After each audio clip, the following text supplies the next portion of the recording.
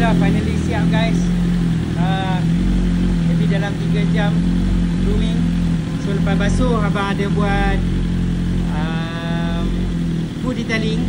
Abang cuci rantai, gunakan produk tu apa nama dia, Prismaya. Lepas tu cuci sprocket, everything. Sekejap lagi nak cellup. Rim memang dah bersih. Okay, satu minyak pula dia guys. Rantai pun korang tengok rantai. Sprocket, everything clean. Ringan tu.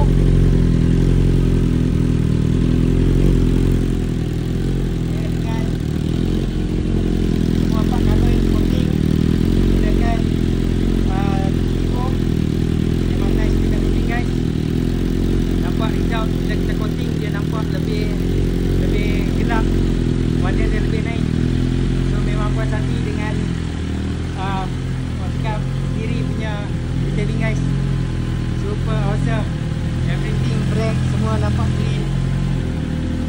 So lepas balik pada TV, abang putih grooming S1 dia dengan abang. Sekejap lagi dia mana wrap up. Jadi nak simpan lah foto ni. So nak share kat korang sikit. Tadi sempat juga cuci halaman rumah abang, sampai ke bawah pokok-pokok ni semua. So area sini pun semua clear, korang tengok tak ada lalang langsung. Pokok tu trim. Kawasan sini semualah yang mana ada lalang pun semua memang abang trim habis. So korang boleh tengok lah, yang ni antara view rumah abang di waktu malam guys. Kalau waktu malam macam ni lah korang boleh nampak view rumah abang.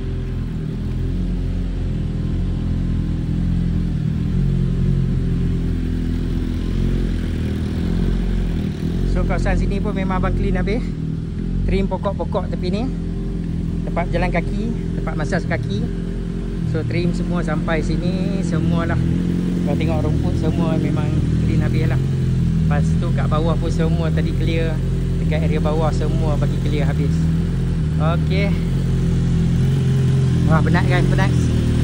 So itulah video untuk kali ni. Okay guys.